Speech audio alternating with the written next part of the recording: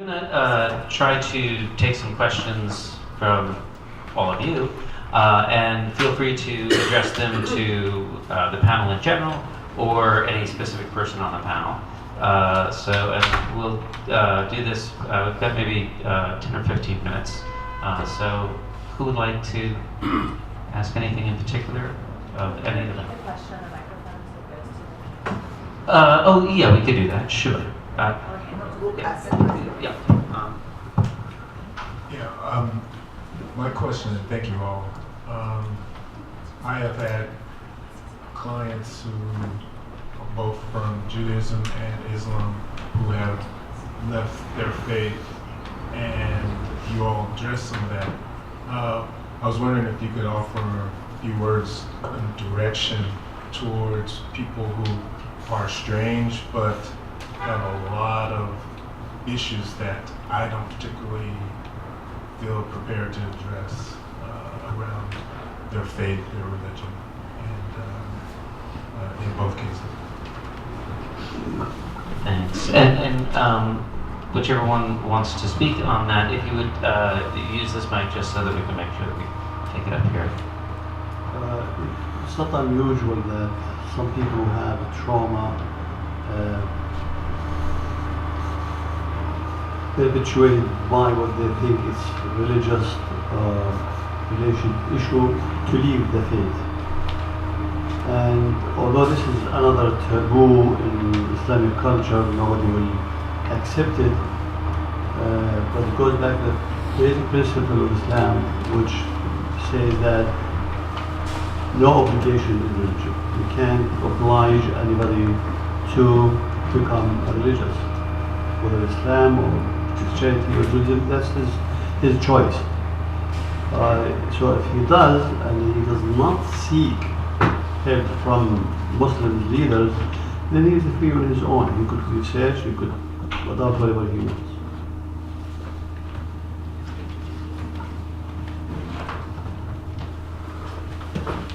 I don't know, my therapist hat came on, and I just thought, just listen. I think that one of the things that I realize is that Judaism has a marketing problem, and we think that Judaism is only one way, but actually many of the things that are out in the outside world, meditation and yoga and spirituality that people are connecting to is actually found in the tradition. If we look for it, we can find it there.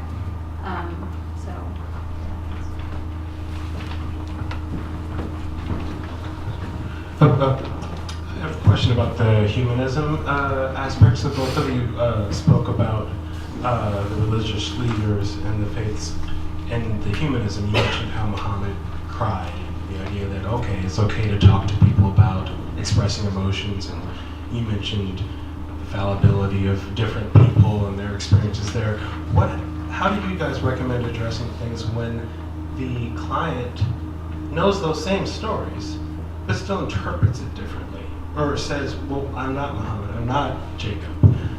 Or no, this person was the greatest person ever, that was just one tear. Or kind of minimizes the humanism and comes from a cultural perspective that interprets those same scriptures differently than the way you're describing.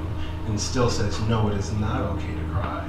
Still, it is not okay to feel sadness or to make a mistake. How do you guys recommend addressing that when a person just reads the same thing without the humanistic aspect?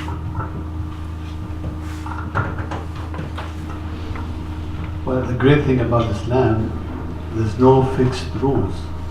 There are so many different interpretations for the same verse from the Quran, with different interpretation from even the scholars of Islam. So there's no dispute between those who have different opinions for the same word or interpretation.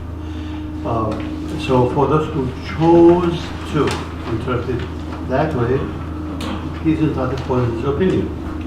Whether it's going to help him in dealing with the trauma, that's the issue.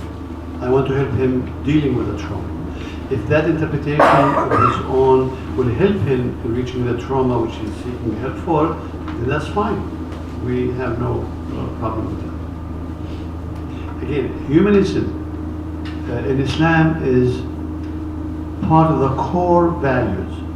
That in the Quran it says God has created Adam from clay, and you, all of you, are from Adam. So you are all from clay, equal in texture, in posture, in genetics, whatever you have. You are the same people, from the same origin. And he gave Adam a specific criteria to be superior to other creatures. So we are in humanism is part of Islamic teachings, and all those interpretations, all the prophets, all the messengers of God are equal in Islam. There's no Moses is not better than Jesus, Muhammad is not better than Moses. Job is the same like Lot and Isaac, and all of them are equal in the eyes of Allah, equal in the message which they're given from God. And if we do not agree with that, then you are not true Muslim. That's superiority. And that's why we are all human beings, in the sense that there's only one God who worth the worshipping, and we all agree what's his name is, whether God or Allah or Buddha or whatever that name is, it doesn't matter. It's just the same unity, the same whatever we call it, deity, because we can't say a person or something like that. So, but we are all brothers and sisters in human, as a human being.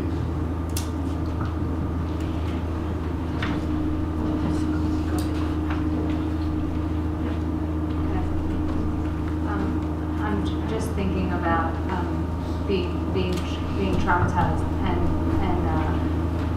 when you've experienced a lot of trauma, it's hard to have compassion for yourself, and it's hard to have compassion for others in the world because you haven't gotten that. And so cultivating compassion feels like the greatest tool that we can give to ourselves and to our community members and clients.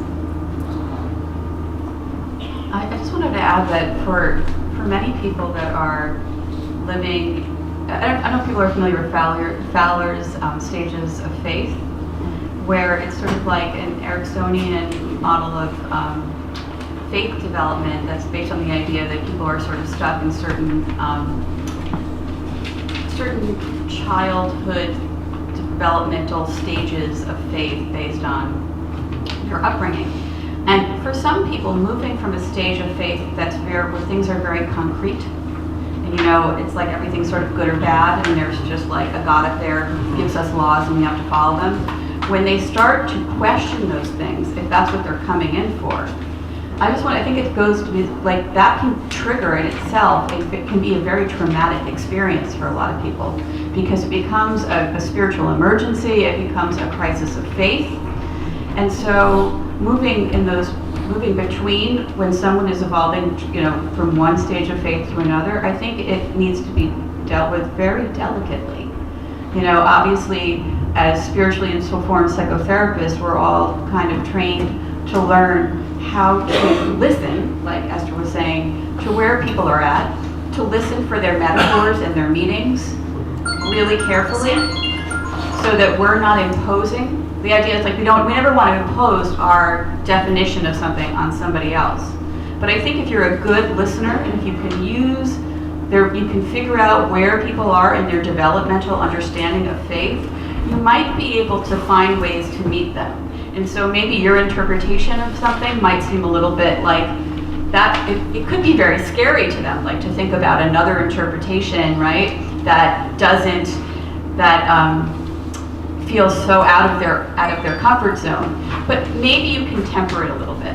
Maybe you can say, what if we thought of it, have you ever thought about it, looking at it like this? Or just find some sort of way to bridge those two stages.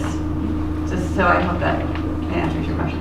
I think what happens in a community where there is some resistance to mental health issues is the very things that help people, that become the container, that the holding, the community, the family, can also become the barrier to seeking the extra help. So that's a line that has to be crossed in all communities of faith. Great, thank you.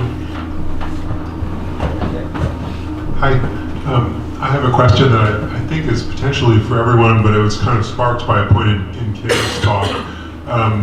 So maybe I'll start with you. I was very moved by the example that you gave in your work with the young woman leaving a highly Orthodox community, and your suggestion to her that she might want to think of her own very difficult journey as, parallel to that of Jacob or Abraham, and sort of using the biblical narrative in a way to kind of valorize and, Judaize her experience. I thought that was very powerful, but it struck me that I wonder if your ability to do that kind of depended on the fact that you're also Jewish, and that you share that with her, and I guess are self-identified to her as Jewish. And I'm wondering, could a clinician from a different faith background or totally secular clinician get away with that as well?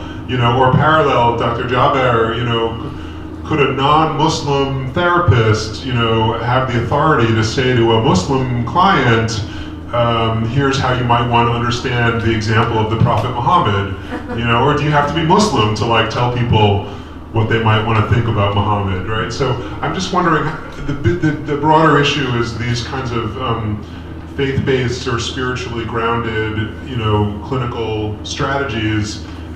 To what extent does it kind of rest on being part of a common tradition with the client that you're working with, or can it cross those lines? That's a good question. I mean, she certainly sought me out because I was Jewish, and that was her mother's actually paying for the therapy, and wouldn't pay for a it wouldn't non-Jewish pay for a therapist? non-Jewish therapist. Yes. So I think yes, certainly my own explorations in Judaism helped me be able to offer that example. But I also feel like, first of all, there are a lot of certainly clinicians on our staff who are reverends and pastors in different faith traditions that are familiar, for example, with the Old Testament and with the stories of the Old Testament that are equipped to use their knowledge of that in order to perhaps it might not be the first story that actually comes to their mind, but it might. I mean, I can't really speak for it, but I feel like there are people on the staff that absolutely could do that. But yes, to some degree, there are a lot of, to some degree, yes, that does give me the fact that I know the tradition so well, the fact that I've done my own explorations in Judaism and explored, in terms of an inner work around it, certainly helped me inform that intervention. Another answer on that, or I think we have time for one more quick question and a quick answer. I was just going to say one thing about that is not to underestimate the power of story and to respect the particulars, but look for the universals.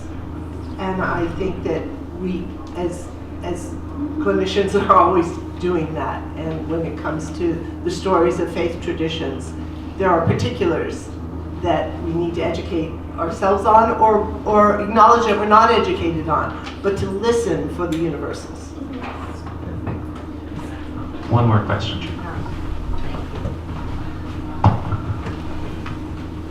I think that once people even accept the fact that they might need some kind of counseling or therapy, it's so much easier to blame my religion as opposed to, my family upbringing, to separate. So again, using the stories to kind of, if you blame your mother or you blame your father or you blame your experiences, if you know enough about your own spiritual beliefs or practices, it can't hurt to sort of share them or just make their story into that other story that you have. I don't think you necessarily have to know about every faith, but as humans, there's a lot of us who experience maybe the same things. We might experience it differently, but people have a hard time accepting that that's what's going on with them. They see it going on with someone else, but it happened in their family, but I'm going to blame the religion, so I'm just going to run away from religion. I don't know how many people even think about finding solace in their religious beliefs or non-religious beliefs. So, I don't know if any of you want to address that. I think blame yourself for untoward effect is common denominator among people who are in trauma. Either they blame themselves because they are the cause of the trauma, because they are negligence, because of what happened. So they tend to blame themselves or others for any untoward outcome. And to handle that is two ways. You could accept their interpretation, but then you have to channel that what is the responsibility in rectifying the situation.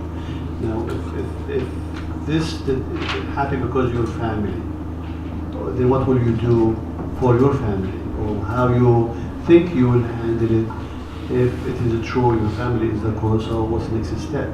So we take it from there. We don't. I mean, I don't think we will say no, you are wrong. The family has nothing to do with it. But yes, that's what you think it is. So let's go and explore more. So what do you think you should do from now? If your faith is the reason for it, then let's find out which part of that faith made you think that way. And of course, naturally, if you should be of that faith, will familiarize yourself with that faith, if it is true or not true. So I think that's. But yes, a lot of people, they blame themselves or others for whatever